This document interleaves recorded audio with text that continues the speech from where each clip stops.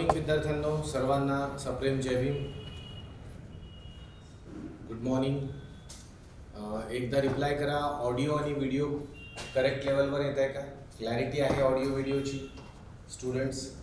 Yes, very good, very good students. तर प्रज्ञा प्रबोधिनी career अकॅडमीच्या या वर्गामध्ये आपलं सर्वांचं स्वागत आहे. आपण मॅग्नेटिझम म्हणजे चुंबकत्व या विषयावर बोलत होतो. ओके, या टॉपिकवर होतो. बस शेवटच्या टप्प्यात पोचलो आहे. तर एक दोन इन्स्ट्रुमेंट पाहिजे आहेत आपल्याला. त्याला आपण काय म्हणतो? चलित्र. चलित्र म्हणजे मोटर. चलित्र म्हणजे मोटर. कोणती मोटर? तर त्याला आपण इलेक्ट्रिक मोटर म्हणू. तर हे इलेक्ट्रिक मोटर काय काम करतं? तर हे इलेक्ट्रिक मोटर विद्युत ऊर्जेला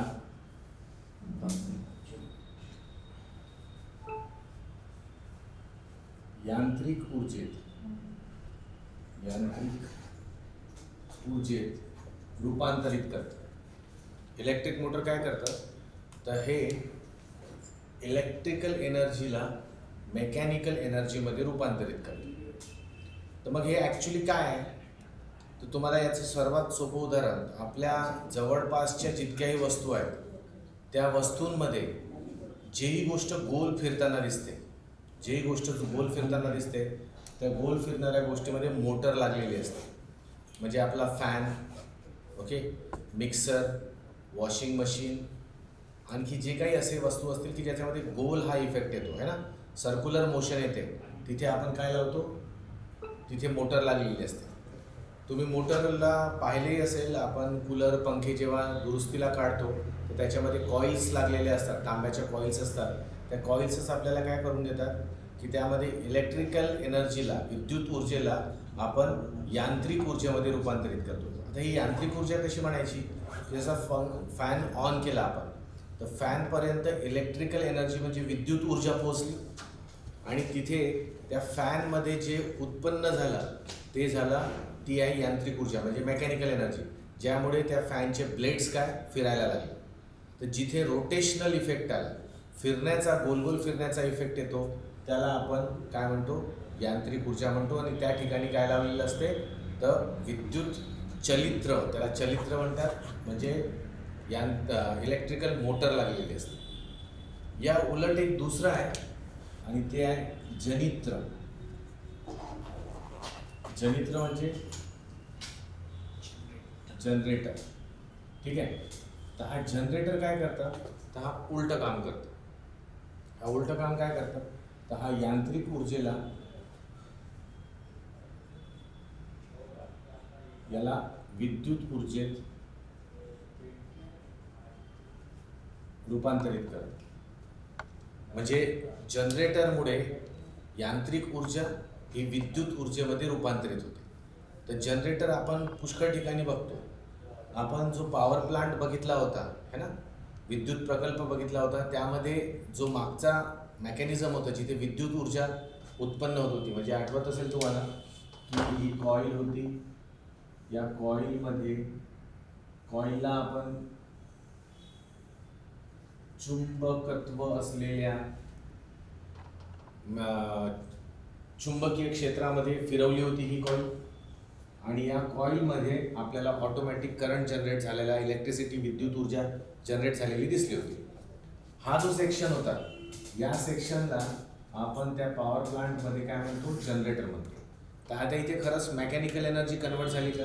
हा बघा, हा शाफ्ट जो रोटेट होत आहे, हा शाफ्ट जो फिरत आहे, हा शाफ्ट यांत्रिक ऊर्जाच देत आहे. आणि त्या यांत्रिक ऊर्जेचं रूपांतर कशामध्ये होत आहे? तर ते होत आहे विद्युत ऊर्जेमध्ये, म्हणजे इलेक्ट्रिसिटीमध्ये रूपांतरित होत आहे. तर याला आपण जनरेटर म्हणू शकतो. यांत्रिक ऊर्जा विद्युत ऊर्जेत रूपांतरित झाली. तसंही बघा, जनरेटर्स तुम्ही आपण पाहिलेले आहेत पुष्कळ ठिकाणी. जनरेटर्स म्हणजे खास करून जेव्हा सायंकाळच्या वेळेस लग्नाच्या वराती निघतात, तर तिथे जे लाईट्स लागलेले असतात वरातीमध्ये, त्याच्या मागच्या बाजूला, म्हणजे वरातीच्या मागच्या बाजूला एक मशीन लावलेली असते, त्या मशीनद्वारे आपल्याला इलेक्ट्रिक करंट मिळत असतो आणि त्या मशीनमध्ये यांत्रिक ऊर्जा रूपांतरित होत असते विद्युत ऊर्जेमध्ये. आता तिथे यांत्रिक ऊर्जा कशी उत्पन्न करतात? इथे तर आपण यांत्रिक ऊर्जा कशी उत्पन्न केली होती?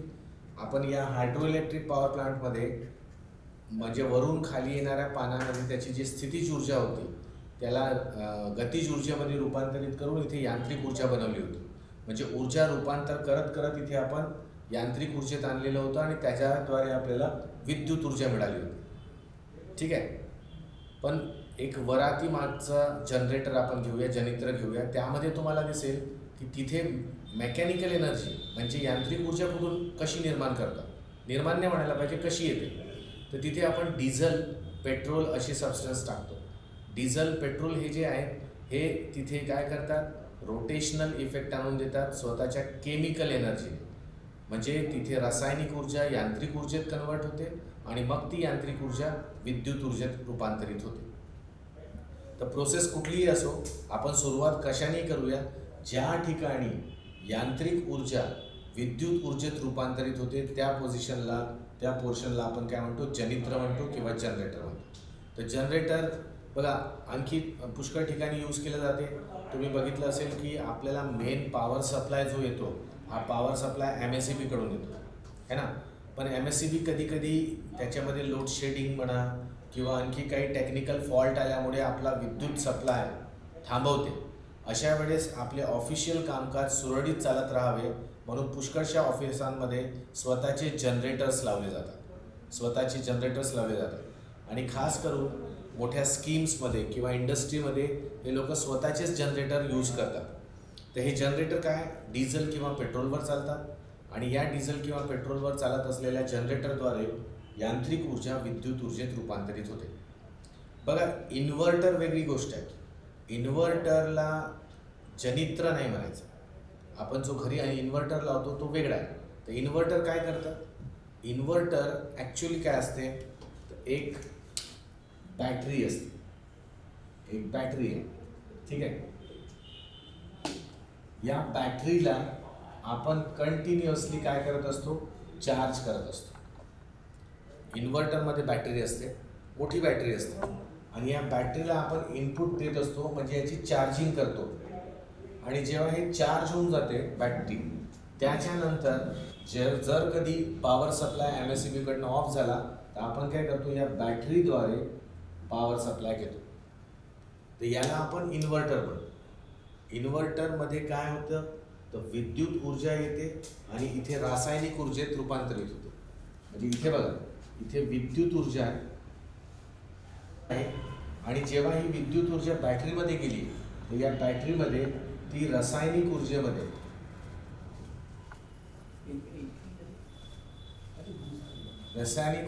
रूपांतरित होते. ठीक आहे. विद्युत ऊर्जा रासायनिक ऊर्जेमध्ये रूपांतरित होते आणि जेव्हा आपल्याला त्याची गरज पडते म्हणजे इन्व्हर्टरची गरज पडते त्यावेळेस रासायनिक ऊर्जा परत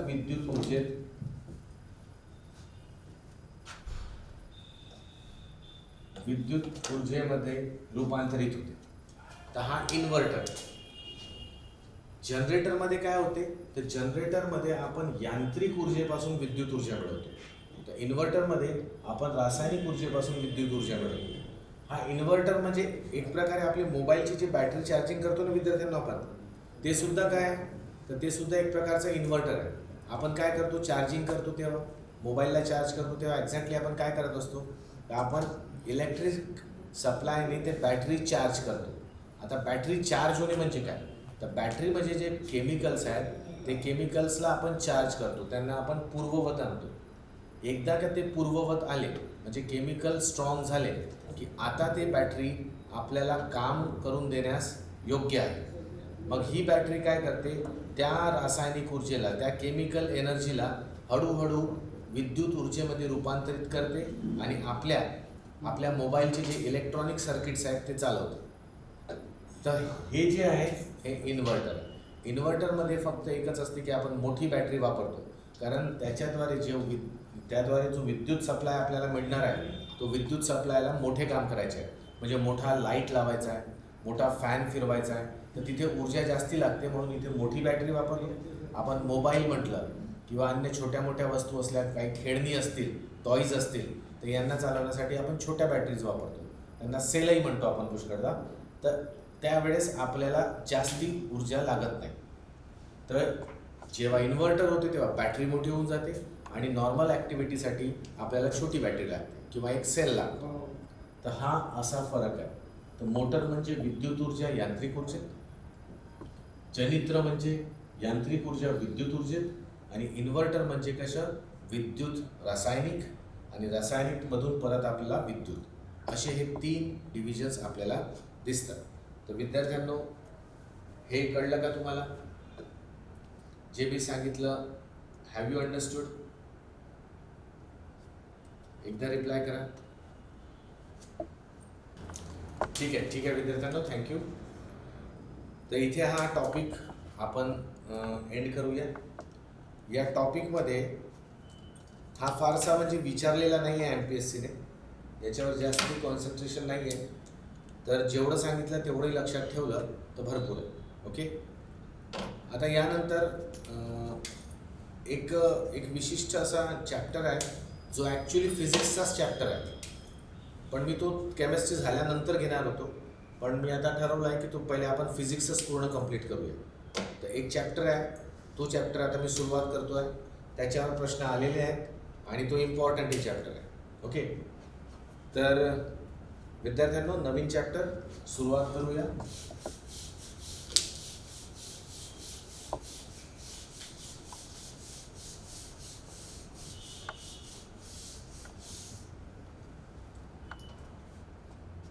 त्या टॉपिकचं नाव आहे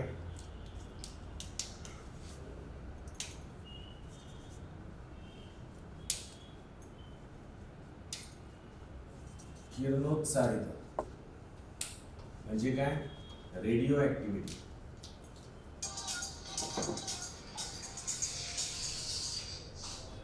रेडिओ ॲक्टिव्हिटी, किरणोत्सारिता म्हणजे रेडिओ ॲक्टिव्हिटी. आता हा जो रेडिओ ॲक्टिव्हिटी चॅप्टर आहे, तर याला आपण बघूया. तर स्टुडंट्स, या टॉपिकबद्दल तुम्हाला जर माहिती असेल तर कोणी सांगते का मला? What does it mean? Radio ॲक्टिव्हिटीचा अर्थ काय होतो? रेडिओ ॲक्टिव्हिटीचा अर्थ काय होतो? कोणाला जर माहिती असेल तर सांगू शकता.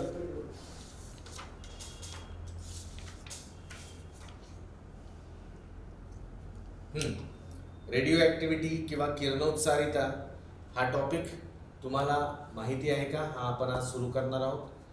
फिजिक्सच्या दृष्टीने इम्पॉर्टंट चॅप्टर आहे, पण हा चॅप्टर हा टॉपिक याच्यामध्ये थोडंसं आपल्याला केमिस्ट्रीचं नॉलेज लागते आहे ना, रसायनशास्त्राचं थोडंसं नॉलेज लागते. ते मी तुम्हाला सांगणारच आहे. तर सुरू करूया. मी सर्वप्रथम तुम्हाला रसायनशास्त्राचा एक भाग समजून सांगतो. तो मागेही सांगितला आहे पण पुन्हा रिपीट करतो. हा जो अणू असतो, कुठलाही पदार्थ आहे, कुठलाही द्रव्य आहे, या द्रव्याला म्हणजे मॅटरला, मॅटर हा जो मॅटर असतो ना विद्यार्थ्यांना, हा मॅटर याला आपण अगदी बारीक लेवलवर बघितलं तर आपल्याला दिसेल की प्रत्येक द्रव्य किंवा कुठला सबस्टन्स पदार्थ, नॉन लिव्हिंगची गोष्ट करतो आहे, जीवित नाही, अजीवित पदार्थ हा पर्टिक्युलरली बनला असतो अणूपासून है ना. याचं मूळ स्ट्रक्चर असतं अणू. अणू म्हणजे ॲटम. हे जे ॲटम्स आहेत, या ॲटम्सच्या ग्रुपला आपण काय म्हणतो? तर या ॲटम्सच्या ग्रुपला आपण रेणू म्हणतो. रेणू म्हणजे काय? तर मॉलिक्यूल. मॉलिक्यूल. ओके. तर हा ॲटमचं स्ट्रक्चर बेसिक लेवलवर कसं असतं? तर ॲटमचं स्ट्रक्चर खूप सिंपल आहे. ॲटम म्हणजे अणू जो असतो हा मध्यभाग याचा, त्याला आपण केंद्र म्हणतो किंवा त्याला इंग्लिशमध्ये न्यूक्लियस म्हणतो. हा जो न्यूक्लियस आहे, या न्यूक्लियसमध्ये प्रोटॉन्स असतात ज्यांच्यावर पॉझिटिव्ह चार्ज असतो, न्यूट्रॉन्स असतात ज्याच्यावर चार्ज नसतो, आणि याच्या अवतीभोवती विशिष्ट कक्षेमध्ये, ऑर्बिट्समध्ये काय असतात? इलेक्ट्रॉन्स फिरत असतात. तर आपल्याला दिसते की हा अणू आहे, अणूचा मध्यभाग म्हणजे न्यूक्लियस, न्यूक्लियसमध्ये प्रोटॉन जे पॉझिटिव्ह चार्ज आणि न्यूट्रॉन असतात ज्यांच्यावर चार्ज नसतो, आणि इलेक्ट्रॉन आपल्याला विविध कक्षेमध्ये न्यूक्लियसच्या अवतीभोवती फिरताना दिसतात. हे एक्झॅक्टली आपल्या सोलर सिस्टम सारखं आहे ना. सौरमाला जी आहे आपली ते अगदी अशीच आहे. मध्यभागी सूर्य आहे आणि सूर्याच्या अवतीभोवती विभिन्न ग्रह किंवा प्लॅनेट्स फिरत आहेत. आता जेव्हा सूर्य आणि ग्रहांची गोष्ट केली तर का बरं हे ग्रह सूर्याभोवती फिरत आहेत, तर याचं उत्तर आपण असं देतो की हे ग्रह जे आहेत हे सूर्यासोबत एका विशिष्ट बलाने बांधलेले आहेत. आणि तो बल म्हणजे कोणता बल, तर तो गुरुत्वाकर्षण बल आहे ना. तर हा गुरुत्वाकर्षण बलामुळे सौरमाला आजपर्यंत जशीच्या तशी आहे, म्हणजे प्लॅनेट्सचं फिरणं कंटिन्युअस सुरू आहे. तर मग इथे काय आहे, इथे पण गुरुत्वाकर्षण आहे का, तर इथे आपण गुरुत्वाकर्षण न म्हणता आपण काय म्हणतो की इथे प्रोटॉन म्हणजे पॉझिटिव्ह चार्ज आहे, इलेक्ट्रॉन म्हणजे नेगेटिव्ह चार्ज आहे. तर या दोघांमध्ये एक विशिष्ट प्रकारचं अट्रॅक्शन असतं, चार्जेसमध्ये अट्रॅक्शन असतं, हे आपल्याला शिकलो आहे. तर हे जे चार्जेस असतात यांच्यावर म्हणजे प्रभार असतात, यांच्यामध्ये एक विशिष्ट प्रकारचं अट्रॅक्शन असतं, त्याला आपण इलेक्ट्रोस्टॅटिक फोर्स म्हणतो. आणि त्या बलाद्वारे है ना, इलेक्ट्रोस्टॅटिक फोर्स या बलाद्वारे हे इलेक्ट्रॉन कंटिन्युअस प्रोटॉनच्या अवतीभोवती एका विशिष्ट कक्षेत फिरत असते. ठीक आहे. यांच्यातली इम्पॉर्टंट गोष्ट जी तुम्हाला लक्षात ठेवायची आहे सध्यापुरती, की प्रोटॉनची संख्या आणि इलेक्ट्रॉनची संख्या हे अणूमध्ये काय राहते, सारखी राहते. म्हणजे अणूमध्ये जितके प्रोटॉन्स असतात तितकेच इलेक्ट्रॉन असतात. अणूमध्ये काय असते, जितके प्रोटॉन असतात तितकेच इलेक्ट्रॉन असतात. म्हणजे जेवढे पॉझिटिव्ह चार्ज तेवढेच negative charge. Positive negative charge सारखे असतात. आणि सारखे असल्यामुळे काय होते की या ॲटमवर, पूर्ण अणूवर एकंदरीत किती चार्ज आला असं म्हणू, तर आपण म्हणू एकंदरीत 0 चार्ज आला. 0 का बरं, कारण जितके पॉझिटिव्ह प्रोटॉन होते तेवढेच निगेटिव्ह इलेक्ट्रॉन आहेत. तर हे एकमेकांना कॅन्सल आउट करतील आणि पूर्ण अणूवर आपण चार्ज कोणता डेव्हलप झाला म्हणू, तर 0 चार्ज. कारण काय, प्रोटॉनच्या पॉझिटिव्हनी इलेक्ट्रॉनच्या निगेटिव्हला बॅलन्स करून टाकलं. म्हणून आपण काय म्हणतो, हा जो ॲटम असतो, अणू असतो, हा इलेक्ट्रिकली न्यूट्रल असतो. हा उदासीन असतो विद्युतदृष्ट्या. उदासीन म्हणजे काय, याच्यावर स्वतःचा काही चार्ज नसतो. पण जेव्हा रासायनिक अभिक्रिया घडतात, जेव्हा रासायनिक अभिक्रिया होते आणि रासायनिक अभिक्रियेत इलेक्ट्रॉनची देवाणघेवाण होते, इलेक्ट्रॉनची वाटाघाटी होते, म्हणजे डोनेट केले जातात किंवा गेन केले जातात, देवाणघेवाण आणि वाटाघाटी होते म्हणजे शेअरिंग केलं जाते. त्यावेळेस अणूचा स्ट्रक्चर बदलतो, अणू काहीतरी वेगळ्या पद्धतीने वागायला लागतो. तर ते आपण नंतर रसायनशास्त्रात बघूच. आता तुम्हाला सध्यापुरती काय लक्षात ठेवायचं आहे की कुठलाही अणू असू द्या, त्या अणूमध्ये प्रोटॉनची संख्या आणि इलेक्ट्रॉनची संख्या सारखी असते. म्हणजे पॉझिटिव्ह चार्ज आणि निगेटिव्ह चार्ज सारखा असतो. आणि हा जो न्यूट्रॉन असतो याची संख्या काही फिक्स नाही आहे. आणि याची संख्या असंही नाही आहे की प्रोटॉन इलेक्ट्रॉनच्या संख्येइतकी राहील, ती जास्त असू शकते. ठीक आहे, कमी पण असू शकते, सारखी पण असू शकते. तर प्रोटॉन, इलेक्ट्रॉन आणि न्यूट्रॉन याच्यामध्ये प्रोटॉन आणि इलेक्ट्रॉन यांची संख्या सारखं असते, हे आपल्याला लक्षात ठेवायचं.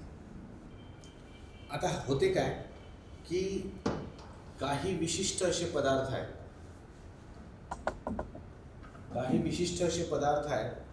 जे पदार्थ एक विशिष्ट असा गुणधर्म दर्शवतात. तर हे जितकेही मूलद्रव्य आपल्याला माहिती आहेत, एलिमेंट्स माहिती आहेत, यांच्यापैकी काही असे मूलद्रव्य आहेत, म्हणजे काही असे पदार्थ आहेत की त्यांचे अणू जे आहेत ते अनस्टेबल आहेत. बघा, तुम्हाला एक सरळ गोष्ट सांगतो की या निसर्गातल्या ज्याही गोष्टी आहेत त्या नेहमी स्टॅबिलिटीसाठी धडपडत असतात. तुम्ही लोक एवढे मेहनत करताय, तुम्ही मेहनत करण्यामागे कारण काय, तुमचं कारण एकच आहे विद्यार्थ्यांना. तुम्ही जे मेहनत करताय तर तुम्ही आपल्या लाईफमध्ये, फ्युचरमध्ये स्टॅबिलिटी आणण्यासाठी मेहनत करता. ओके, तर तसंच काय होते की हे जे ॲटम्स आहेत हे ॲटम्स म्हणजे अणू किंवा रेणू हे सुद्धा काय करतात, स्वतःला स्टेबल बनवण्याचा प्रयत्न करतात, स्वतःला स्टेबल बनवण्याचा प्रयत्न करतात. आता हे जे स्टॅबिलिटी आहे हे वेगवेगळ्या प्रकारची असते. तर ते आपण स्टॅबिलिटीचा भरपूरसा हिस्सा आपण केमिस्ट्रीमध्ये बघणार आहोत. तर होते काय की काही विशिष्ट पदार्थाचे अणू किंवा रेणू, अणूच म्हणू आपण, अणू यांचे जे केंद्र आहेत हे अनस्टेबल असतात. काही विशिष्ट पदार्थांचे अणू आहे ना, अणू, आणि त्या अणूंचे केंद्र अनस्टेबल असतात. तर ते अनस्टेबल का असतात, कोणत्या परिस्थितीत असतात ते मी सांगतो तुम्हाला. पण ते अनस्टेबल असल्यामुळे काय होते की या अणूंच्या केंद्रातून कंटिन्युअसली, या अणूंच्या केंद्रातून कंटिन्युअसली काहीतरी बाहेर पडत असते, काहीतरी बाहेर पडत असते. तर हे जे बाहेर पडत असते ते काय असते, तर पहिली गोष्ट त्यामध्ये अल्फा कण किंवा बीटा कण आणि गॅमा किरण. मी काय म्हटलं, पुन्हा एकदा रिपीट करतो. होते काय की अणू सुद्धा स्टॅबिलिटीसाठी धडपडत असतो. अणूला सुद्धा स्वतःला काय करायचं आहे, स्टेबल करायचं आहे. आता स्टॅबिलिटी आणण्यासाठी या पर्टिक्युलर जे अनस्टेबल आहेत, कोणते अनस्टेबल आहेत आत्ता थोड्या वेळात मी सांगणार आहे. कोणाला आपण अनस्टेबल बनवू आणि कोणाला स्टेबल बनवू. तर जे अणू अनस्टेबल आहेत म्हणजे अस्थिर आहेत, त्या अस्थिर अणूच्या केंद्रामधून सतत काही ना काही कण बाहेर पाडले जातात. कोणते कण, तर एक तर अल्फा कण किंवा बीटा कण किंवा नाही म्हणायचं आणि गॅमा किरण, म्हणजे जोडीने पडतात. एक तर अल्फा कण आणि गॅमा किरण यांची जोडी बनून बाहेर पडते, किंवा बीटा कण आणि गॅमा किरण यांची जोडी बनून बाहेर पडते. अल्फा कण, बीटा कण आणि गॅमा किरण हे काय आहेत, यांचे गुणधर्म आता थोड्या वेळात बघणारच आहोत. तर असे समजा हे कण आहेत, पार्टिकल्स आहेत, आणि हे पार्टिकल्स सतत या अस्थिर अणूच्या, अनस्टेबल ॲटमच्या केंद्रातून बाहेर पडत असतात. हे जे बाहेर पडण्याची जी प्रक्रिया आहे यालाच आपण काय म्हणतो, किरणोत्सारिता म्हणतो. यालाच काय म्हटलं जाते विद्यार्थ्यांनो, रेडिओ ॲक्टिव्हिटी म्हटलं जातं. तर मी रेडिओ ॲक्टिव्हिटीची डेफिनेशन सांगितली, तुम्हाला व्याख्या सांगितली, आणि त्या अगोदर रसायनशास्त्राचा अणूचा भाग थोडक्यात सांगितला. तर मी जे सांगितलं हे तुम्हाला कळलं, याचा रिप्लाय करा विद्यार्थ्यांनो, येस नो रिप्लाय करा, नाही तर मी रिपीट करतो. Students please reply. Very good, very good, very good, very good.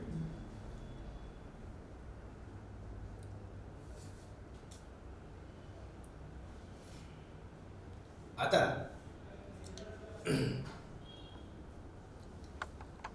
पहिली गोष्ट तर आपल्याला समजलं की अल्फा, बीटा आणि गॅमा हे दोन कण आहेत आणि एक किरण आहे, रेडिएशन आहे, हे बाहेर पडतात. अच्छा, हे जे कण बाहेर पडत आहेत किंवा किरण बाहेर पडत आहेत, हे दुसरी गोष्ट याच्यामध्ये लक्षात ठेवायची, हे उत्स्फूर्तपणे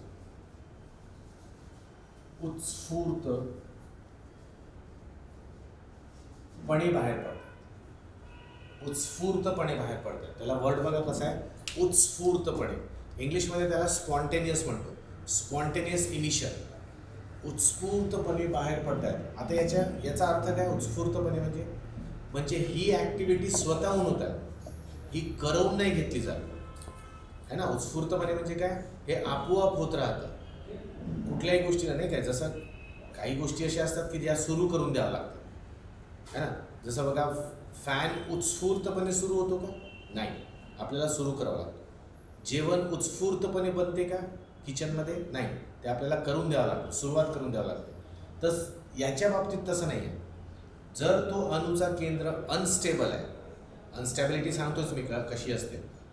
जर अणूचा केंद्र अनस्टेबल आहे तर मग अनस्टेबल असेल तर त्याच्यामधनं हे ऑटोमॅटिक, आपोआप, उत्स्फूर्तपणे, स्पॉन्टेनियस बाहेर कण पडत राहते. तर ही प्रक्रिया उत्स्फूर्तपणे विसरायचं नाही, हे स्वतःहून होत राहते, कोणी याला मॅनेज करत नाही. जसं मला असं दिसतं की हे पर्टिक्युलर किरणोत्सारी पदार्थ आहे, तर याची स्पीड अल्फा बीटा आणि गॅमा किरणाची ही स्पीड आहे हे थोडी कमी करावी, तर मी करू शकणार नाही, कोणाच्याच हातात नाही, कारण हे ऑटोमॅटिक आहे, नॅचरल आहे, हे नैसर्गिकरित्या होतच राहतं. आणि तिसरी गोष्ट लक्षात ठेवायची की हा जो प्रकार आहे हा अणूच्या केंद्रात घडतो. अणूच्या केंद्रामध्ये हा प्रकार घडतो है ना.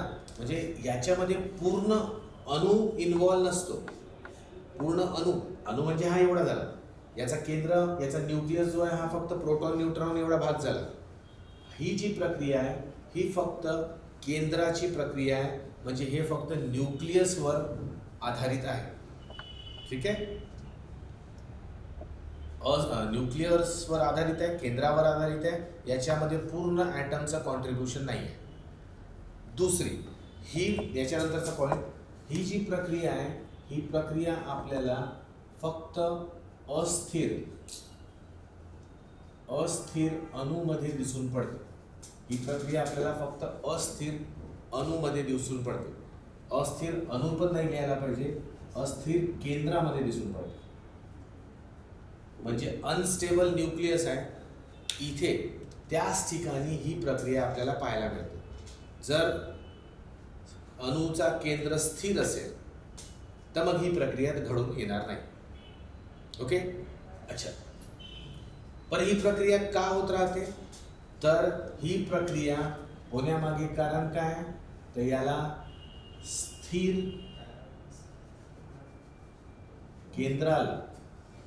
केंद्राला स्थिरता किंवा स्थिर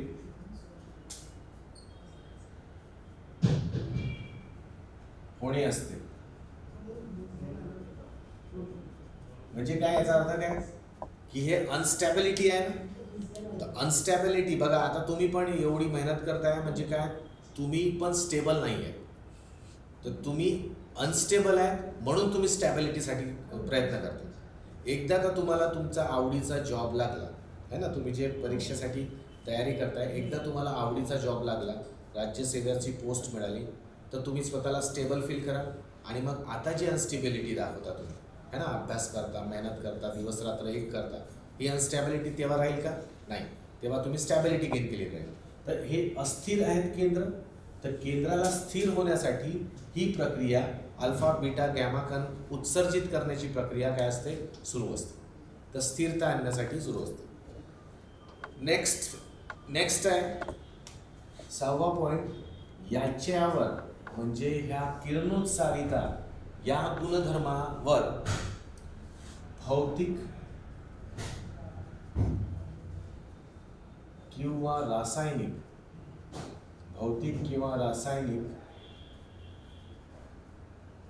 क्रियांचा प्रभाव नसतो. ही जी प्रक्रिया आहे किंवा हे जे आपण म्हणू उत्सर्जित करण्याची प्रक्रिया आहे, किरणोत्सारिता म्हणजे रेडिओ ॲक्टिव्हिटी, याच्यावर कुठल्याही भौतिक किंवा रासायनिक क्रियांचा प्रभाव नसतो. भौतिक आणि रासायनिक क्रिया म्हणजे कशा, भौतिक म्हणजे आपण काय म्हणूया, प्रेशर वाढवलं, म्हणजे एखादा अणू आहे तो अस्थिर आहे आणि त्याच्या केंद्रावर किंवा त्या अणूवर आपण प्रेशर वाढवला म्हणजे दाब वाढवला, तर असं नाही होईल की दाब वाढवल्यामुळे अल्फा बीटा आणि गॅमा किरण हे स्पीडमध्ये निघतील, किंवा दाब कमी केला तर स्लो होऊन जातील, किंवा मी तापमान वाढवला तर यांची निघण्याची स्पीड कमी जास्त होईल है ना. म्हणजे तापमान, दाब, आणखी घेऊन घ्या कोणी दुसरा रसायन, हे सगळे वस्तू यांच्या सानिध्यात आल्या तरी त्यांच्यावर म्हणजे या अणु केंद्रावर किंवा अणूवर कुठलाही परिणाम होत नाही. फक्त जेव्हा आपण केव्हा काय कन्सिडर करू, किरणोत्सारिता. म्हणजे किरणोत्सारिता ही ऑटोमॅटिक घडून येते आणि हे कोणाच्याच दबावामध्ये नसते. जे काही होत असेल ते स्वतः उत्स्फूर्तपणे होत राहते. तर किरणोत्सारिताच्या बाबतीत आपल्याला हे बिंदू लक्षात ठेवायचे. याच्यावर मल्टिपल चॉईस क्वेश्चन बनू शकतो. ओके विद्यार्थ्यांनो, की अल्फा बीटा आणि गॅमा यांचं जे उत्सर्जन होतं किरणोत्सारी पदार्थामध्ये ते कसं असतं, खालील स्टेटमेंटचा विचार करा. मग ते उत्स्फूर्तपणे असतं, मग ते दुसरं सांगेल तो की ते स्थिर अणूमध्ये दिसून पडतं. तर उत्स्फूर्तपणे असतं हे तर गोष्ट पक्की आहे, पण हे स्थिर असलेल्या अणूमध्ये किंवा केंद्रामध्ये नाही दिसत. तर तुम्हाला तो मल्टिपल चॉईसवाला नाही का, फर्स्ट AB किंवा ABC अशा गोष्टींना धरून प्रश्न बनवू शकतो छानसा. तर हे गुणधर्म तुम्हाला लक्षात ठेवायचे. तर एकदा विद्यार्थ्यांनो सांगा की हे गुणधर्म जे मी समजून सांगितले ते तुम्हाला कळले का? अदरवाईज मी पुन्हा सांगतो. येस, अणूचा केंद्र अस्थिर का असतो हे मी थोड्या वेळात सांगतो. ओके, मी नाही बस थोडा वेळात सांगतो.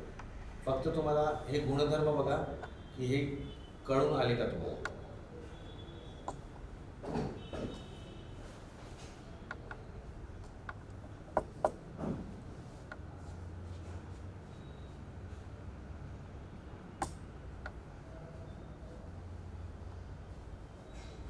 ठीक आहे, म्हणजे सर्वांना कळलं. Very good, very good, very good, very very good, very good. तर हा एक बॅकग्राऊंड आहे. आता याच्या मागची थोडीशी एक स्टोरी बघूया. स्टोरी असा आहे की या किरणोत्सारिताचा शोध केव्हा लागला.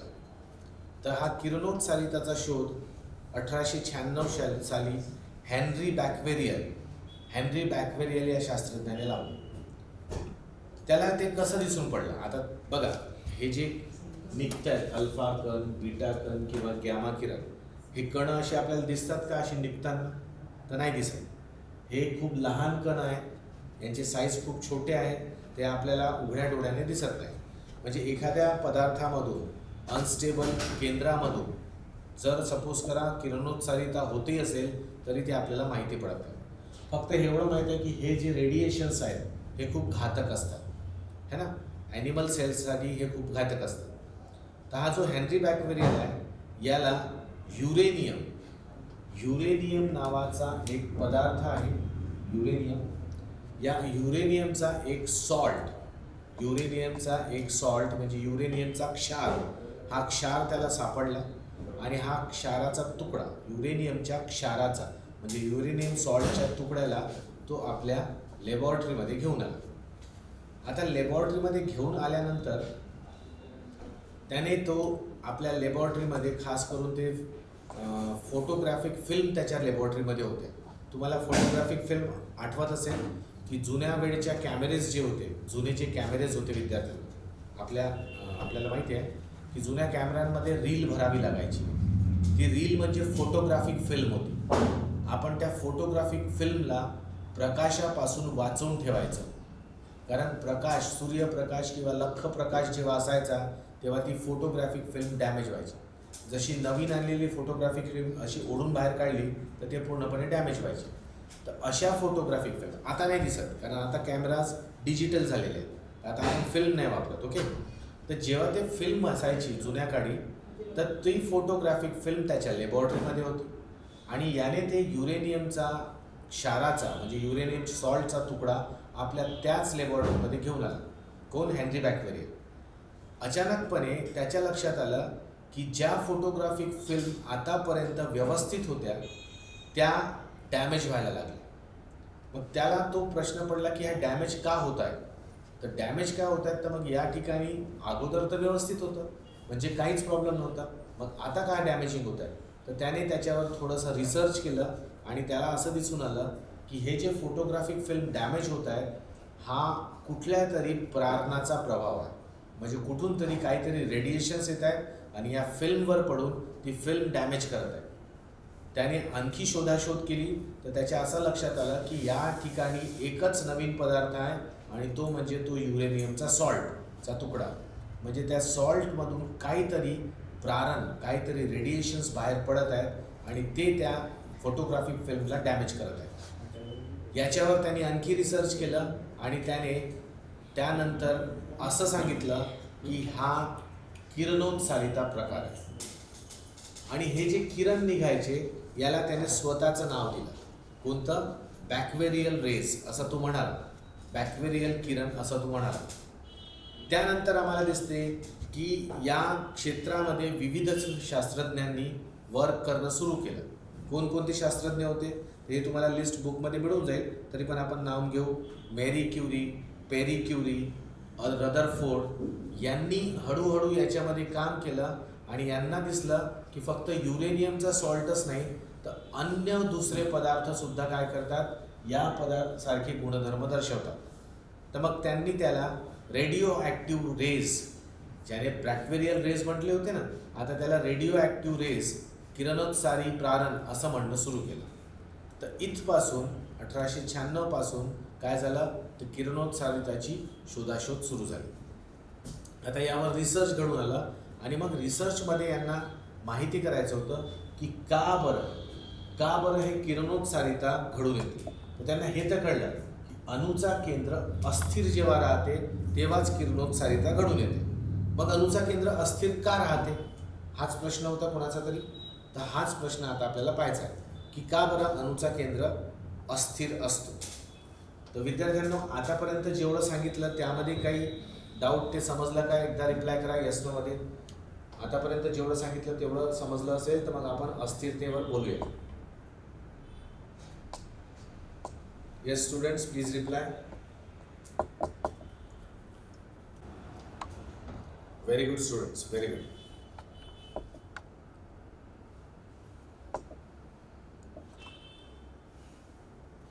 तर याला बघण्यासाठी, याचे डिटेल्स काढण्यासाठी आपण काय करूया की अस्थिरता का असते याबद्दल विचार करू. तर अस्थिरतेबाबत आपण एक स्टॅबिलिटी बेल्ट,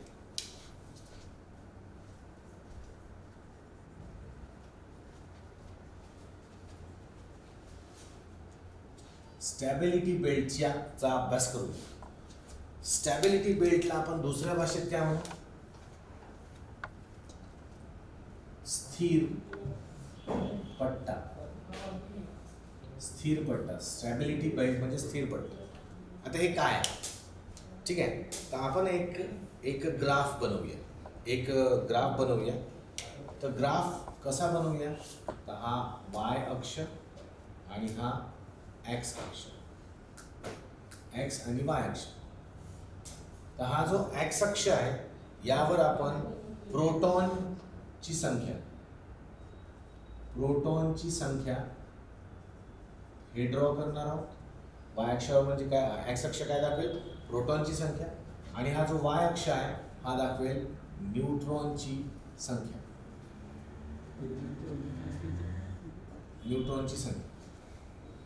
ठीक आहे. तर आपल्याला असं दिसते की जर आपण वेगवेगळ्या पदार्थाचे, वेगवेगळे जे सबस्टन्स आहेत त्या सबस्टन्सचे, वेगवेगळ्या पदार्थाचे अणूंची रचना बघितली आणि अणूंमध्ये प्रोटॉनची संख्या आणि न्यूट्रॉनची संख्या, प्रोटॉन आणि न्यूट्रॉनच केंद्रामध्ये असतात ना, तर यांच्या संख्येवर जर आपण लक्ष दिलं आणि एक जे अणूचे केंद्र स्टेबल आहे त्यांच्या प्रोटॉन आणि त्यांच्या न्यूट्रॉनच्या संख्येला जर आपण टोटल कॅल्क्युलेट केलं तर आपल्याला असा एक ग्राफ पाहायला मिळतो.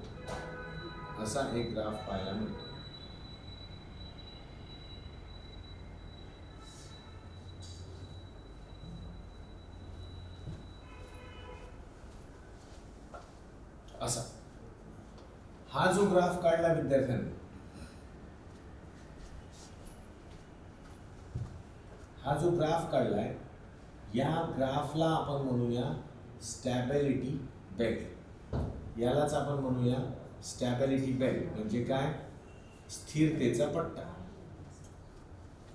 म्हणजे या पट्ट्यावर किंवा या पट्ट्याच्या आसपास जे काही अणू असतील, अणू म्हणण्यापेक्षा जे काही केंद्रांचे प्रोटॉन आणि न्यूट्रॉनची संख्या असेल, या पट्ट्यावर असलेले किंवा या पट्ट्याच्या आसपास असलेले जे काही अणू असतील ते स्थिर राहतात. आता ते मी तुम्हाला समजवतो स्थिर कसे राहतात. ठीक आहे. तर आपल्याला दिसते निसर्गाच्या नियमाप्रमाणे, हे नियम म्हणजे कसे हे आपण बनवलेले नाही आहेत. स्थिरतेबाबत नियम जे बनवले आहेत अणूंचे, हे आपण बनवलेले नाही आहेत, हे निसर्गाने बनवलेले आहेत. तर आपल्याला तुम्हाला हा बेल्ट जर बघितला तर हा बेल्ट असा व्यवस्थितपणे जाताना दिसतो, एकदम मध्यभागी जाताना दिसतो. म्हणजे जी इकडे प्रोटॉनची संख्या वाढत आहे तर त्याच प्रमाणात इलेक्ट्रॉनची संख्या पण वाढताना, इलेक्ट्रॉनमध्ये न्यूट्रॉनची संख्या वाढताना आपल्याला दिसते. पण अगदी या ठिकाणानंतर हा ग्राफ थोडासा असा झालेला दिसतो. हा ग्राफ बघा, आता तो बरोबर स्लोपमध्ये जात होता, अचानकपणे हा थोडा या बाजूला झुकायला सुरुवात करतो. तर इथे जे आहे, इथे आपण हा नंबर बघितला तर आपल्याला दिसेल की इथे 20 आहे. किती आहे? 20. आणि जर इथे प्लॉट केलं आपल्याला काय दिसते? इथे 20 आहे. ठीक आहे, म्हणजे 20 प्रोटॉन 20 न्यूट्रॉन. तर सुरुवातीपासून तर 20 प्रोटॉन किंवा सुरुवातीपासून 20 न्यूट्रॉन पर्यंत ज्या अणूमध्ये एवढ्या नंबरपर्यंत, एवढ्या संख्येपर्यंत प्रोटॉन आणि न्यूट्रॉनची संख्या सारखी असते, ते सगळे अणू काय असतात? स्टेबल असतात. ते सगळे अणू काय असतात? स्टेबल असतात, म्हणजे स्थिर असतात. ओके, म्हणजे असे समजा जर एखाद्या अणूमध्ये 20 प्रोटॉन आणि 20 न्यूट्रॉन आहेत तर तो अणू झाला स्थिर. जर एखाद्यामध्ये 8 प्रोटॉन आहेत आणि 8 न्यूट्रॉन आहेत तर तो काय होऊन जाईल? स्थिर. जर एखाद्यामध्ये 6 प्रोटॉन आहेत आणि 6 न्यूट्रॉन आहेत तर तो काय होऊन जाईल? स्थिर होऊन जाईल. म्हणजे जसं आपण बघूया, हे जे आहेत ना 20च्या खालचे, हे यांना हलके मूलद्रव्य म्हणतो आपण. हलके, कारण प्रोटॉन आणि न्यूट्रॉनची संख्या काही खूपशी जास्त नाही, म्हणून यांचं केंद्राचं वजन हलकंच आहे असं म्हणूया. तर हलके जे पदार्थ आहेत, ज्यांच्या पदार्थाचे अणूचे केंद्र हलके आहेत, म्हणजे 20-20 पर्यंत, तर आपल्याला असं दिसते की ज्याही अणूंमध्ये प्रोटॉनची संख्या आणि न्यूट्रॉनची संख्या सारखी असते ते काय असतात? ते स्थिर असतात. म्हणजे लक्षात असं ठेवायचं की 20 प्रोटॉन आणि न्यूट्रॉन, 20 प्रोटॉन आणि न्यूट्रॉन या संख्येपर्यंत असलेले हलके अणू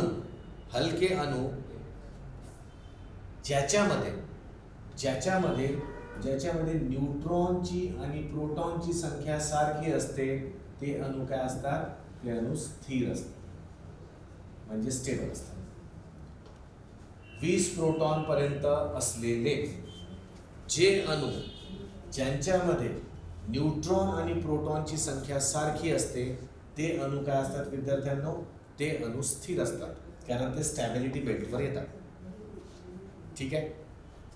आता तुम्ही म्हणाल याची उदाहरणं कोणती? तर याची उदाहरणं जर आपण बघायला गेलो, उदाहरणं पाहायला गेलो तर आपल्याला दिसेल की मी एक उदाहरण घेतो. सपोज करा फॉर एक्झाम्पल, मला इकडे रब करू दे. ऑक्सिजन म्हणजे O2 म्हणतो ना आपण. ऑक्सिजनमध्ये प्रोटॉनची संख्या किती असते? 8. ऑक्सिजनमध्ये न्यूट्रॉनची संख्या किती असते? 8 है ना. 8 असते. तर मग प्रोटॉन आणि न्यूट्रॉनची संख्या सारखी आहे आणि याच्यामध्ये असलेले प्रोटॉन 20च्या खाली आहेत. मग हा काय राहील? स्टेबल राहील. ओके, मॅग्नेशियम बघूया. Mg. हा मॅग्नेशियममध्ये प्रोटॉनची संख्या किती असते? 12. न्यूट्रॉनची संख्या किती असते? ही असते 12. ठीक आहे. तर हा सुद्धा काय राहील बघा, 20च्या आतमध्येच आहे ना, हा इथे कुठे तरी 12. तर मग हा मॅग्नेशियम सुद्धा काय? स्टेबल. आपण जे म्हणतो की सगळ्या विश्वामध्ये कार्बन खूप लेवलवर पसरलेला आहे, तर कार्बनचे प्रकार आहेत. तर जो साधा कार्बन आहे, साधा कार्बन म्हणजे कार्बन, त्याच्यामध्ये साधा कार्बन जो आहे त्याच्यामध्ये आपल्याला दिसते प्रोटॉनची संख्या किती आहे? 6. न्यूट्रॉनची संख्या किती आहे? 6. तर मग इथे दिसते की 20च्या खाली आहे, तर हा सुद्धा काय? स्थिर आहे. पण जसं न्यूट्रॉन आणि प्रोटॉनची संख्या अनबॅलन्स झाली, म्हणजे तुम्हाला माहिती आहे की असाही एक कार्बन आहे ज्याला आपण काय म्हणतो? कार्बन 14 म्हणतो, कार्बन 14 म्हणतो है ना. कार्बन 14 नावाचा एक पदार्थ आहे. हा कार्बन 14 जो आहे हा खास करून तुम्ही कार्बन डेटिंगमध्ये वापरतो हे माहिती असेल तुम्हाला. तुमच्यापैकी पुष्कळांना माहिती नसेल कदाचित कार्बन डेटिंग काय ते आपण शिकणार आहोत. फक्त आता लक्षात ठेवा की हा कार्बन 14 नावाचा सुद्धा एक कार्बन असतो. तर हा जो कार्बन आहे हा कार्बन काय कसा आहे त्याच्यामध्ये, याच्यामध्ये प्रोटॉन तर आपल्याला दिसतात 6, पण याच्यामध्ये न्यूट्रॉनची संख्या असते किती, 8. आता बघा 20च्या आतमधल्या रेंजमध्ये आहे, 20च्या आतमधल्या रेंजमध्ये आहे आणि प्रोटॉन आणि न्यूट्रॉनची संख्या अनबॅलन्स झाली तर मग आता हा कार्बन 14 हा काय करेल, किरणोत्सारिता दाखव. हा कार्बन 14 किरणोत्सारिता दाखव. ठीक आहे. आणखी एक उदाहरण बघा, जसं आपण बघूया, मी हे रब करतो.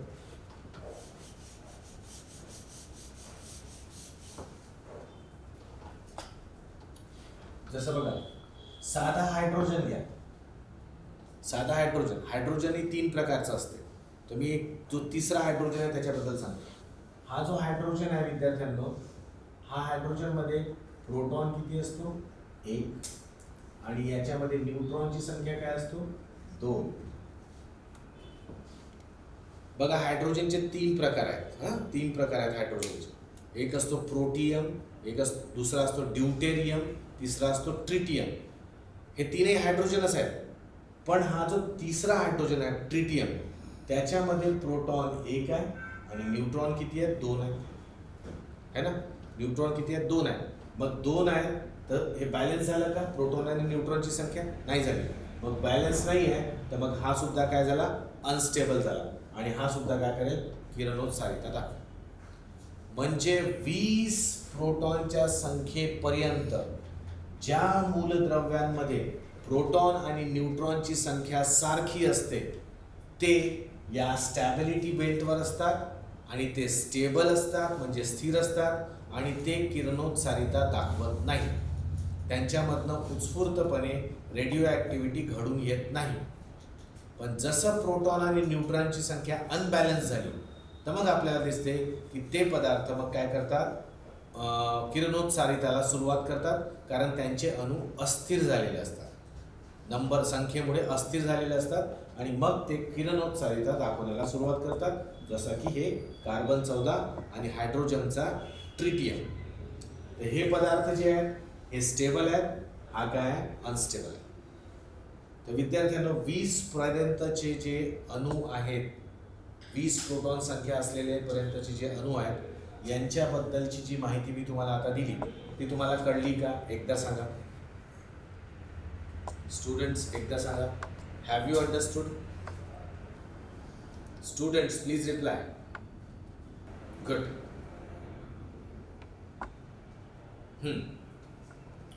याच्या पुढे जाऊ. मग आता आपण प्रोटॉनची संख्या वाढवली तर प्रोटॉनची संख्या काय 80 येतपर्यंत, प्रोटॉनची संख्या 80 येतपर्यंत, ओके, थोडा नियम बदलतो, निसर्गाचा नियम. प्रोटॉनची संख्या 20 ते 80च्या दरम्यान असेल, प्रोटॉनची संख्या 20 ते 80च्या दरम्यान असेल तर ही पहिली केस झाली. ही पहिली केस झाली 20 पर्यंतसाठी. आता दुसरी केस, जर प्रोटॉनची संख्या 20 ते 80च्या दरम्यान असेल, एखाद्या अणूमध्ये प्रोटॉनची संख्या 20 ते 80च्या दरम्यान असेल आणि इथे न्यूट्रॉनची संख्या जरी जास्त झाली, कशापेक्षा, प्रोटॉनपेक्षा, तरी तो अणू काय होऊन जातो, स्थिर होतो. म्हणजे बघा 20च्या खाली काय म्हटलं, प्रोटॉन न्यूट्रॉन सारखे असले पाहिजे आणि 20 ते 80च्या दरम्यान काय म्हटलं की न्यूट्रॉनची संख्या जरी थोडी अधिक प्रोटॉनपेक्षा जास्त झाली तरी तो स्थिरता दाखवतो. याचं उदाहरण आपण बघूया. उदाहरण घेऊया लोखंड, Fe. हा जो Fe आहे लोखंड, याच्यामध्ये प्रोटॉन्स जे आहेत ते किती आहेत, 26 आहेत आणि याच्यामध्ये न्यूट्रॉन जे आहेत ते 30 आहेत. प्रोटॉन 26 आणि न्यूट्रॉन 30 असतात. आता मला सांगा 20च्या वरती आहेत ना प्रोटॉन, म्हणजे हा जो लोखंड आहे, आयरन आहे, हा या पट्ट्यात आहे 20 ते 80च्या दरम्यानच्या प्रोटॉनच्या पट्ट्या. तर या पट्ट्यामध्ये आपल्याला दिसते की न्यूट्रॉनची संख्या थोडी जास्त आहे प्रोटॉनपेक्षा, तरी पण हा स्टेबल राहील, तरी पण हा काय राहील, स्टेबल राहील.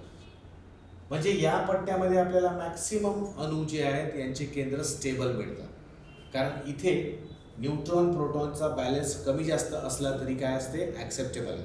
मग इथे आपल्याला किरणोत्सारिता जास्ती दिसत नाही. पण जसं आपण 80च्या वरती गेलो, प्रोटॉनची संख्या 80च्या वरती असेल, तर 80च्या वरती असलेले सगळे अणू, 80 प्रोटॉन संख्या असलेले सगळे अणूचे काय करतात, सगळे अणू अस्थिर असतात.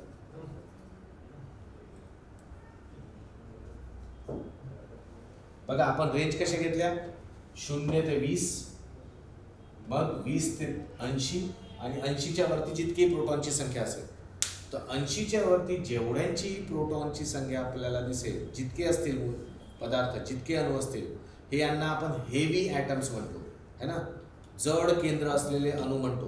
तर या केंद्रांमध्ये नेहमीच अस्थिरता दिसते, आणि हे सुद्धा काय करत असतात, किरणोत्सारिता दर्शवित असतात. तर किरणोत्सारितामध्ये आपल्याला केंद्र जो लागतो अणूचा, तो अनस्टेबल असावा लागतो. आणि जर तो अनस्टेबल असेल, तर मग त्याच्यामधनं हे अल्फा बीटा गॅमा हे उत्स्फूर्तपणे स्पॉन्टिनियसली इमिशन त्यांचं होत राहते, म्हणजे ते बाहेर पडत राहतात. आणि बाहेर पडण्याचं कारण काय, त्यांना स्वतःला काय करायचं आहे, स्टेबल करून घ्यायचं. तर हा एक पिक्चर आहे. आता मला सांगा, तुम्हाला अस्थिरता व्यवस्थितपणे समजली का? विद्यार्थ्यांनो, आता तुम्ही प्रश्न विचारू शकता.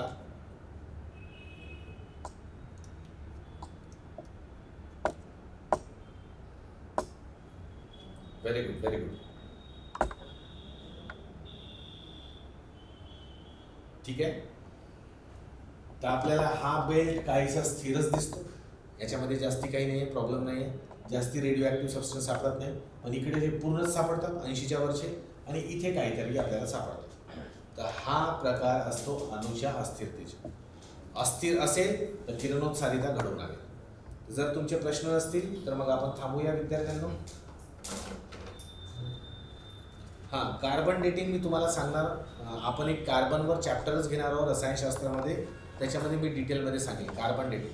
फक्त एक थोडक्यात एक स्टेटमेंट सांगतो की कार्बन डेटिंग हा असा प्रकार आहे की ज्या प्रकारामध्ये आपल्याला जे जुन्या वस्तू सापडतात, है ना, तुम्हाला बघा, तुम्हाला काही जुन्या वस्तू, पण त्या जुन्या वस्तू कशा पाहिजे, ऑर्गॅनिक पाहिजे, म्हणजे जीवित, जीवाश्म पाहिजे, है ना. जीवाश्म म्हणजे एखादा जुना काळचा एखादी हाड सापडला, एखादा जुन्या काळचा एखादी सांगाडा सापडला, म्हणजे स्केलेटन सापडला, तर हा किती वर्ष जुना आहे, त्याची एज काढण्याची जी प्रक्रिया आहे त्याला आपण कार्बन डेटिंग म्हणतो. म्हणजे जसं माहिती आहे तुम्हाला, इजिप्त या कंट्रीमध्ये पिरॅमिड्स बांधले होते. तिथे तुम्ही ऐकलं असेल की गिझा त्याच्या शहराचं नाव आहे, त्या गिझाच्या शहराच्या आसपास पिरॅमिड्स आहेत. त्या पिरॅमिड्समधनं एक मोठ्या पिरॅमिडमधनं एक ताबूत म्हणजे कॉफिन काढला त्यांनी, आणि तिथे त्यांना एक ममी सापडली, आणि ती ममी 3500 वर्ष जुनी आहे असं तिथल्या सायंटिस्ट लोकांनी सांगितलं. तर त्यांना कसं माहीत 3500 वर्ष जुनी आहे? तर त्यांनी त्याच्यावर काय केलं, त्याच्यावर कार्बन डेटिंग ही प्रक्रिया घडवून आली. म्हणजे पुरातन वस्तू, जुन्या वस्तू, हजारो वर्ष जुन्या वस्तू, या वस्तू जेव्हा जीवाश्म म्हणतोय, फॉसिल्स, हे जेव्हा सापडतात आणि यांना बघून काही यांच्यावर प्रक्रिया करून आपण त्यांची एज ठरवतो, वय ठरवतो त्यांचं, त्याच प्रक्रियेला आपण कार्बन डेटिंग म्हणतो. पण हे होते कसं, हे डिटेल मी तुम्हाला कार्बन चॅप्टरमध्ये सांगणार.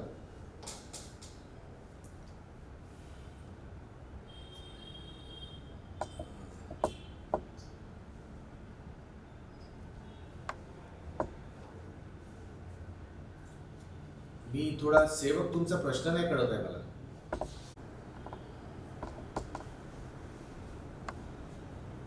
ABG पैकी हे ABG म्हणजे नाही कळलं मला, थोडंसं ABG सांगता का? अच्छा, सॉरी.